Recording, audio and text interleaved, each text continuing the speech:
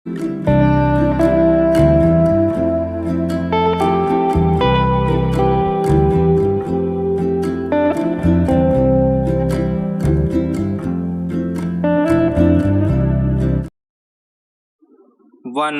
2 3 start.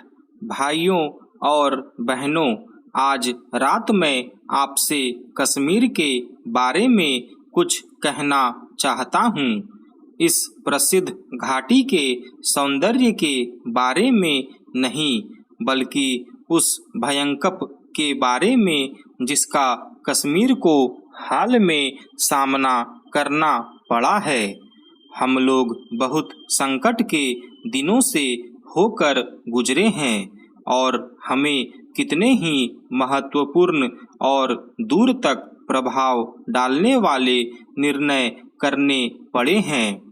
हमने ऐसे निर्णय किए हैं और मैं आपको उनके बारे में बताना चाहता हूँ।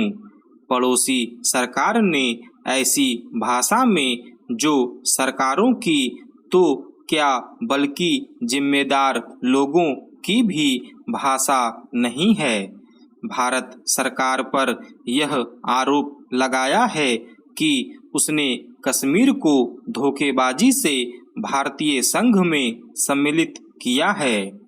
ऐसी भाषा के प्रयोग से मैं उनकी बराबरी नहीं कर सकता और न ऐसा करने की मेरी इच्छा ही है, क्योंकि मैं एक जिम्मेदार सरकार और जिम्मेदार जनता की तरफ से बोल रहा हूँ।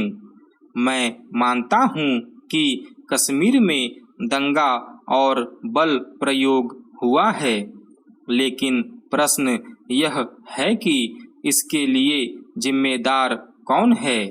जम्मू और कश्मीर रियासत के बड़े हिस्से बाहरी आक्रमणकारियों द्वारा, जो कि हथियारों और सामान से सुसज्जित हैं, ध्वस्त हो चुके हैं। उन्होंने गांवों को लूटा तथा तबाह किया है। उन्होंने वहां बहुत से निवासियों को तलवार के घाट उतार दिया है। इस सुरम्य और शांत देश में भीषणता का आक्रमण हुआ और श्रीनगर का सुंदर शहर भी नष्ट होते होते बचा। मैं यह सबसे पहले बता देना चाहता हूँ कि कश्मीर के संबंध में हमने हरेक कदम पूरे सोच विचार के बाद और परिणामों को ध्यान में रखते हुए उठाया है, और मुझे विश्वास है कि हमने जो कुछ किया है ठीक किया है। इन कदमों का न उठाना हमारे लिए एक दायित्व के प्रति धोखा देना होता और बल प्रयोग के सामने, जिसके साथ ही साथ अग्निकांड, स्त्रियों के साथ बलात्कार और कत्ल हो रहे हों, बुजदिली के साथ झुक जाना होता। कुछ हफ्तों से हमें जम्मू प्रांत के रियासती प्रदेश में आक्रमणकारी दलों के चुपके चुपके प्रवेश करने के समाचार मिल रहे थे। इस बात के भी कि कश्मीर और पश्चिमोत्तर सीमा प्रांत की सीमा पर हथियारबंद आदमियों का जमाव हो रहा है। हम स्वभावतः इससे चिंतित हुए, न केवल इस ख्याल से कि कश्मीर और उसके लोगों से हमारे निकट के संबंध हैं, बल्कि इसलिए भी कि कश्मीर बड़े बड़े राष्ट्रों का सीमावर्ती इलाका है। इसलिए वहाँ जो कुछ हो रहा है उसमें दिलचस्पी लेना हमारे लिए अनिवार्य है, लेकिन हम किसी तरह का हस्तक्षेप नहीं करना चाहते थे और न हम लोगों ने हस्तक्षेप का कोई कदम उठाया। हालांकि जम्मू प्रांत के एक हिस्से पर आक्रमणकारी चढ़ आए थे। यह कहा गया है कि जम्मू की ओर से पाकिस्तान की सीमा पार करके हमले हुए थे और मुसलमान मारे, भगाए या निकाल दिए गए थे।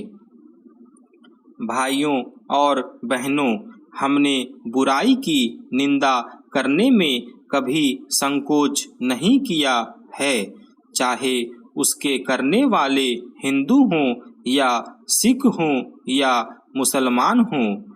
इसलिए अगर हिंदुओं या सिखों या रियासत के कर्मचारियों ने जम्मू प्रांत में कोई दुर्व्यवहार किया है तो हम निश्चित रूप से उसकी निंदा करते हैं और उनके किए पर खेद प्रकट करते हैं।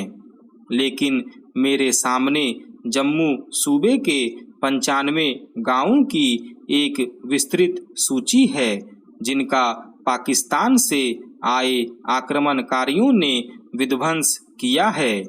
भिम्बर जैसे एक काफी बड़े कस्बे को लूटकर उसे ध्वस्त कर दिया गया है और भी कस्बों पर घेरा डाल दिया गया और पुंछ और मीरपुर के इलाकों के काफी बड़े हिस्से आज हमला करने वालों के अधिकार में हैं। क्या यह इस बात का संकेत देता है कि कश्मीर की ओर से पश्चिमी पंजाब पर आक्रमण हुए? इससे क्या यह नहीं प्रकट होता कि पश्चिमी पंजाब से कश्मीर रियासत में बराबर संगठित हमले होते रहे हैं? इन हमला करने वालों के पास नए से नए ढंग के आधुनिक हथियार हैं। यह कहा गया है कि आग फेंकने वाले अस्त्रों का भी प्रयोग हुआ है और उनके पास एक बिगड़ा हुआ टैंक भी पाया गया है। इस समय के आसपास कश्मीर रियासत ने हमसे हथियारों की मांग की।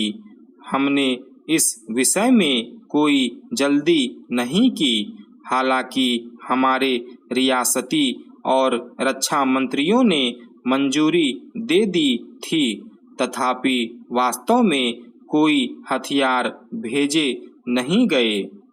24 अक्टूबर की रात को पहली बार कश्मीर रियासत की ओर से भारत में मिलने की तथा सैनिक सहायता की प्रार्थना की गई। 25 तारीख को हमने रक्षा समिति में इस पर विचार किया, लेकिन सेना भेजने के विषय में इस कार्य की प्रत्यक्ष कठिनाइयों को ध्यान में रखते हुए कोई निर्णय नहीं किया। 26 तारीख को सवेरे हमने इस मामले पर फिर विचार किया। अब तक स्थिति और भी नाजुक हो चुकी थी।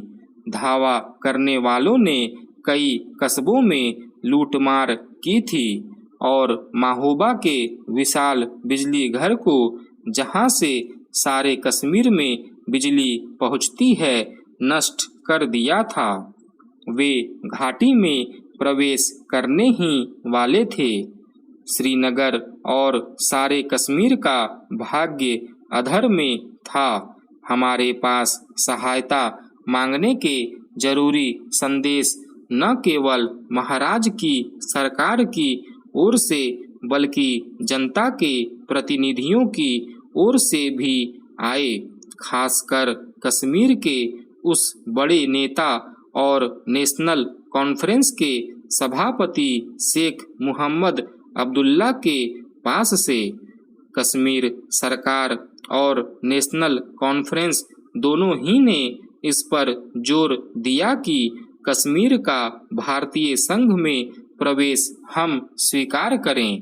हमने इस प्रवेश को स्वीकार करने का और हवाई जहाज़ों से सेना भेजने का निश्चय किया, लेकिन हमने एक शर्त लगाई कि इस प्रवेश पर रियासत में शांति और व्यवस्था स्थापित हो जाने के बाद कश्मीर की जनता की राय ली जाए। हमें इस बात की चिंता थी कि हम कोई अंतिम निर्णय न कर लें। स्टॉप।